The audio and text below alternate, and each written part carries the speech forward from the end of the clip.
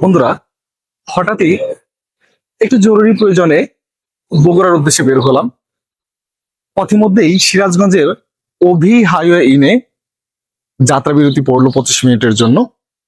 এখানে যাত্রা বিরতির সময় উপভোগ করতে গিয়ে আচমকাই অনেক বাবুই পাখি চোখে পড়ে গেল। চলুন আপনাদের দেখাই। অসম্ভব সুন্দর এই বাবুই পাখিগুলো, দেখুন কত সুন্দর লাগছে পাখিগুলোকে। অপরূপ সৌন্দর্যে নিরিবিলি একা বসে আছে। একটা সময় এই বাবুই পাখিগুলো আমাদের গ্রাম বাংলার নারকেল গাছে, তাল গাছে তাদের শৈল্পিক দক্ষতা দিয়ে খুব অপরূপ সুন্দর করে বাসা তৈরি করতো। কিন্তু কালের বিবর্তনে সেসব গাছ এখন আর তেমন দেখা যায় না এলাকায়। তাই তারা তাদের এই রাত্রি যাপনের জন্য বেছে নিয়েছে এই হাইওয়ে ইনের সুন্দর এই ঝোপালো গাছগুলোকে।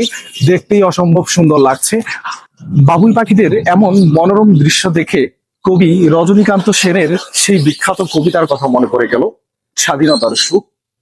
কবিতায় কবি লিখেছেন, বাবুই পাখিকে ডাকি বলছে চড়াই, পুরে ঘরে থাকি করশিল্পের বড়াই, আমি থাকি মহাসুখে অট্টালিকার পরে, তুমি কত কষ্ট পাও রোদ বৃষ্টি ঝড়ে।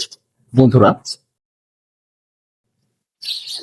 রোদ বৃষ্টি ঝড়ে কষ্টের সাথে নিজের নিজের শৈল্পিক দক্ষতায় তৈরি বাসগৃহে বসবাস করার সেই সৌভাগ্য বা সুখ যারা অট্টালিকায় অন্যের অধীনস্থ হয়ে বসবাস করে তারা সেটা উপলব্ধি করতে পারবে না। কালের বিবর্তনে আমাদের গ্রাম বাংলার সেই তাল গাছ, খেজুর গাছ, নারকেল গাছ এগুলো কাটা হচ্ছে। যে পরিমাণ কাটা হচ্ছে সে পরিমাণ রোপণ করা হচ্ছে না। বিধায় বাবুই পাখির মতো অন্যান্য পাখিরাও তাদের নিরাপদ আশ্রয় থেকে বঞ্চিত হচ্ছে।